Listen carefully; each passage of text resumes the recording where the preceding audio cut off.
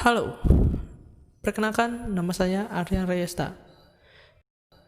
Di sebelah saya ada Emilia dan di sebelah kiri atau kanan? Dan di sebelah kiri saya ada Isna. Kami dari kelas XRPA 2. Kok muka saya ketutupan? Woi, tolong woi. Mulainya ngir. Oke, balik lagi.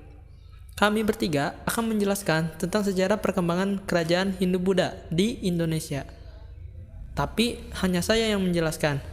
Dua perempuan tersebut hanya menulis materi dan ya saya yang baca ngedit. Oke, sebelum menelusuri lebih jauh bagaimana agama Hindu dan Buddha masuk ke Indonesia, kita akan menjelaskan lahirnya agama Hindu dan Buddha. Oke, yang pertama agama Hindu. Agama Hindu lahir diperkirakan 1500 sebelum Masehi di tanah India. Agama ini merupakan tertua yang memiliki konsep keutuhan yang kompleks.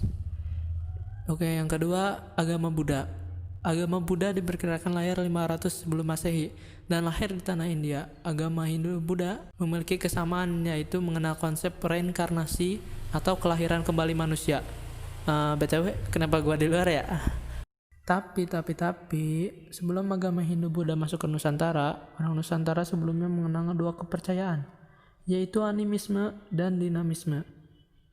Dan perlu diingat, animisme dan dinamisme itu bukan agama, tapi sebuah kepercayaan, oke?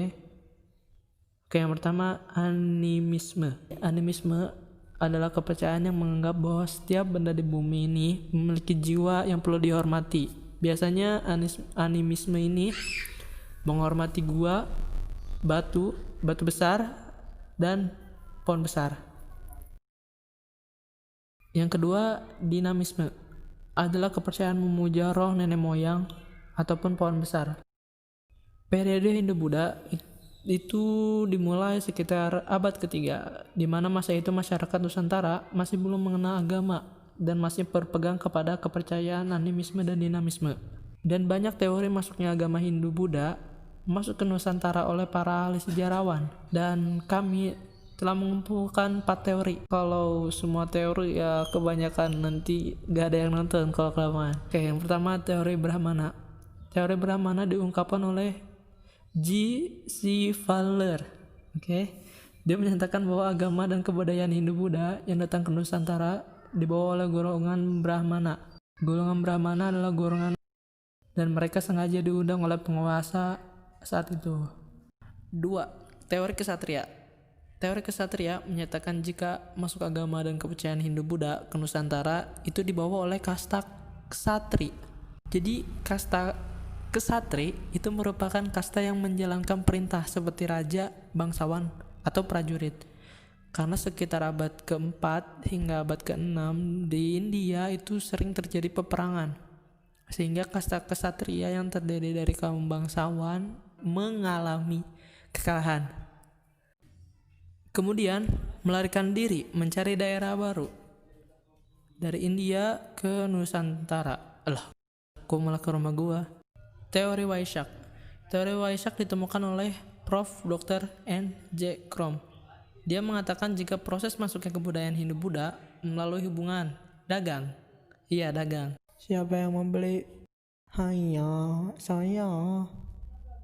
Aja, saya juga mau. Kaum Maisya yang berdagang ke Nusantara mengikuti angin musim. Jika angin musim tidak memungkinkan kembali, maka mereka menetap sementara waktu di Nusantara, mungkin sekitar 6 bulan.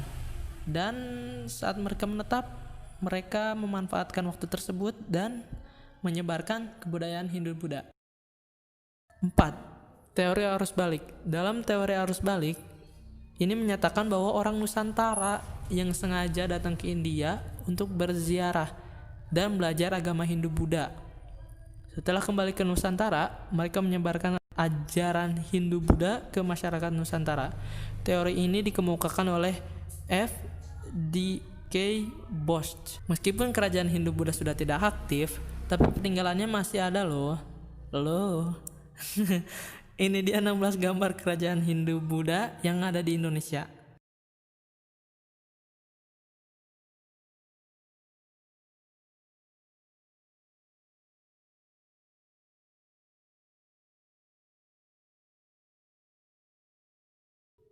Sekian dari saya. Jika ada kesalahan silakan dikoreksi di komen, dan jika bermanfaat ya syukur lah. Soalnya saya capek ngedit, capek banget, capek semuanya capek. Kami dari XRPL 2 terima kasih. Beri pamit.